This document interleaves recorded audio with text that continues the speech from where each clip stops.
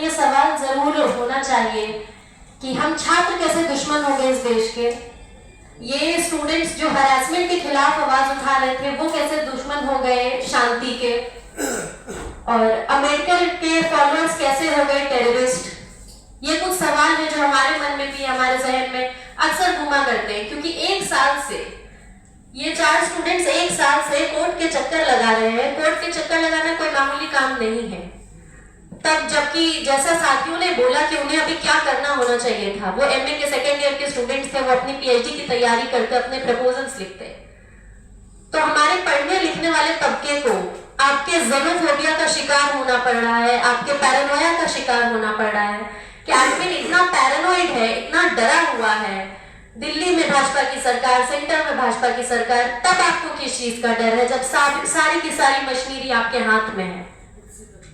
क्या कोई भी हरासर पूरे देश में कोई भी किसी को हरास करेगा तो वो भाजपा का हो जाता है कि उसे आप पूरी मशीनरी लगा के प्रोटेक्ट करने लगते हैं?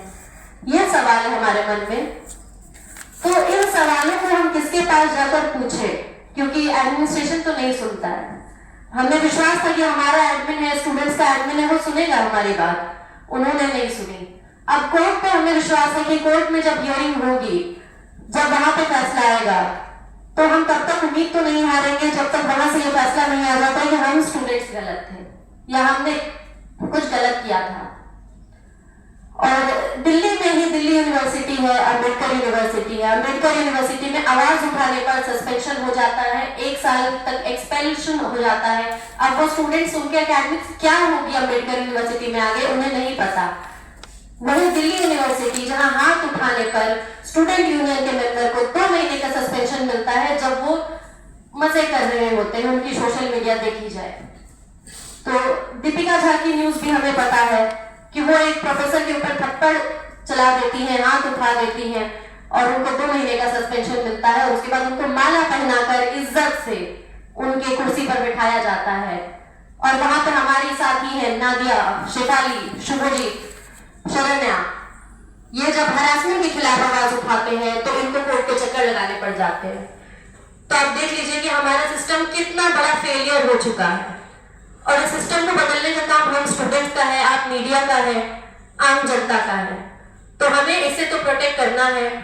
एसएफआई की तरफ से हम लड़ना नहीं छोड़ेंगे, हम लड़ने के लिए नहीं रुकेंगे। अब चाहे अगली तरफ से कितना भी जोर लगा दे, कितनी भी मशीनरी लगा दे, हम स्टूडेंट्स हैं, हमारी फितरत ही यही है कि हम लड़ेंगे। और उम्मीद है हमें कि हमारे जो चारों साथी हैं उनकी कोर्ट की जब हियरिंग, फाइनल हियरिंग होगी, जब वर्डिक्ट आएगा, तो वो हम स्टूडेंट्स के फेवर में आएगा, क्योंकि हमें विश्वास है उस पर। हमें विश्वास है कि हमने कुछ गलत नहीं किया, हमने सही किया था। और ये डरा हुआ सिस्टम है, ये डरी हुई सरकार है, ये डरा हुआ एडमिनिस्ट्रेशन है, ये डरे हुए प्रॉक्टर है, ये डरे हुए वीसी है, जो हम स्टूडेंट्स की आवाज को दबाने की पूरी कोशिश कर रहे हैं पिछले 1 साल से।